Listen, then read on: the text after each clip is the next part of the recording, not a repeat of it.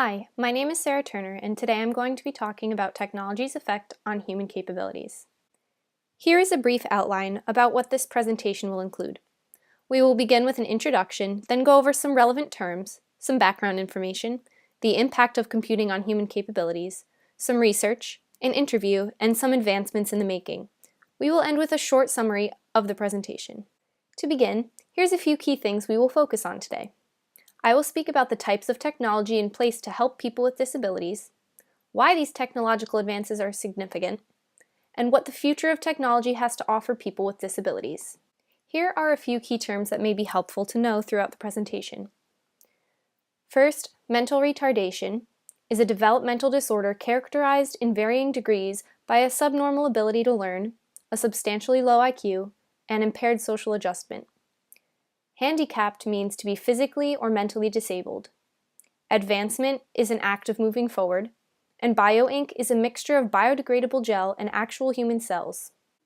Now, there's a large variety of assistive technology in place to help people with disabilities. Here are just a few examples. There's different apps, motorized chairs, hearing aids, and prosthetics. There are also headsets that are helpful for people who can't type and need to speak in order to type. Now I will go more into detail about why these examples of assistive technology are so important. Let's start with the headset. Some may be unable to type due to arthritis or injury, so that's where this comes in handy. No pun intended.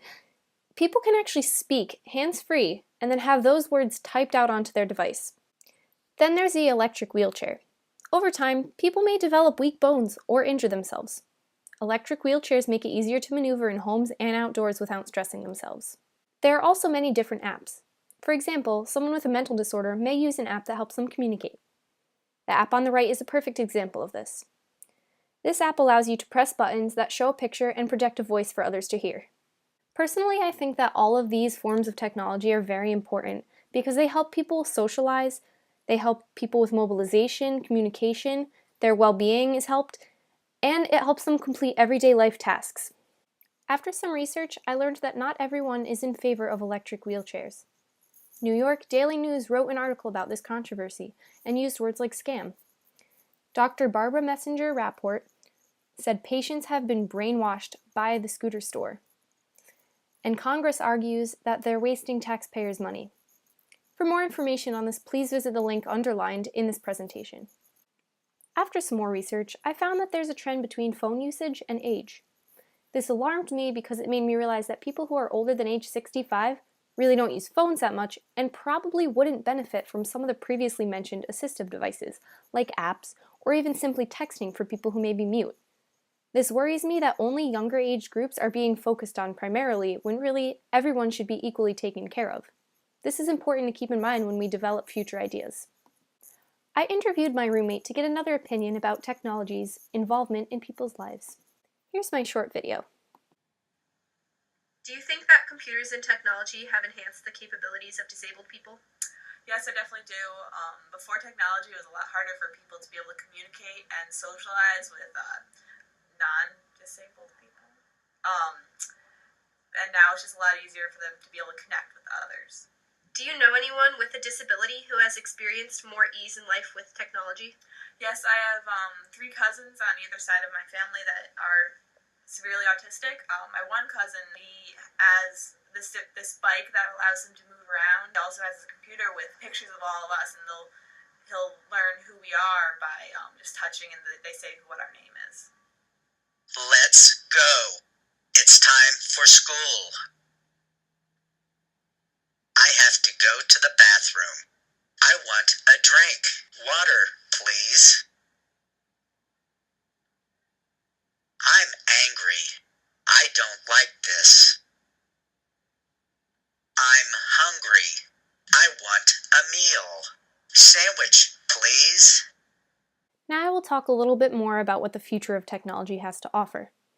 The video I will be showing you is about a 3D printer.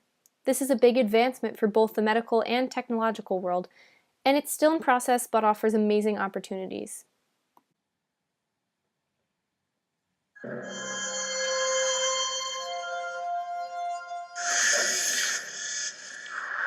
It may be the most eye-catching development in printing since Gutenberg invented the printing press 600 years ago. A machine that can make copies of almost anything, but this time in 3D. It seems like science fiction, but 3D printing is already in use, building hearing aids, jewelry, even parts for NASA. Now, the technology is becoming available to anyone, meaning you can turn your garage into a small factory. So what would you build if you could create anything? Have a look.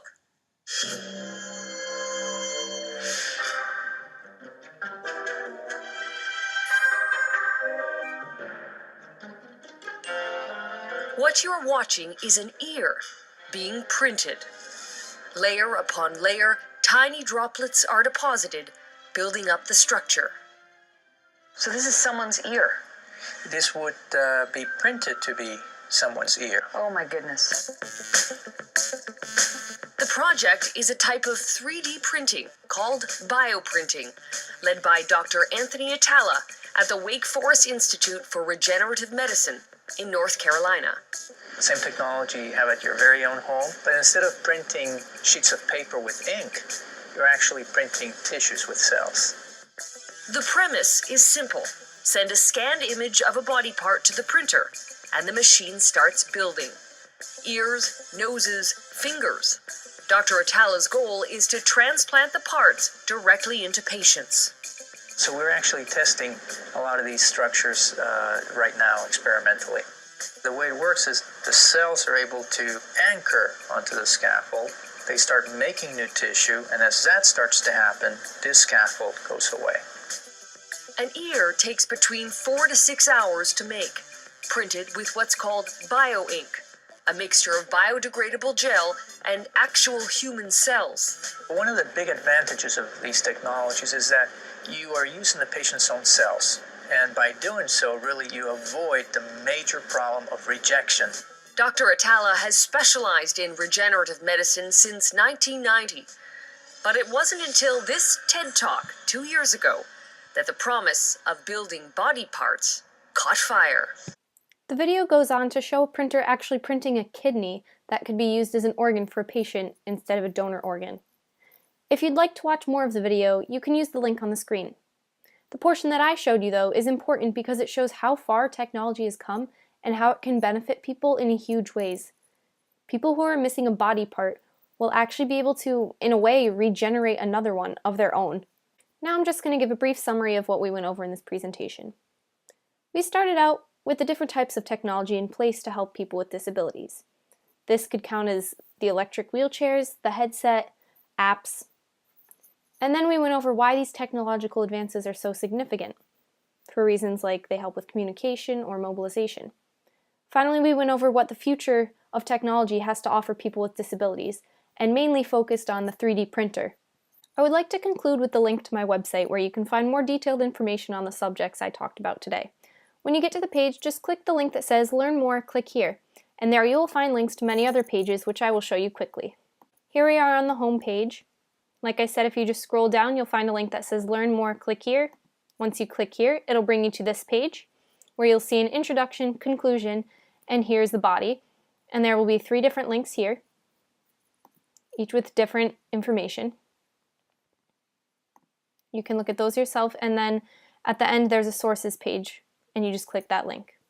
I hope you enjoyed this presentation. Thank you for watching.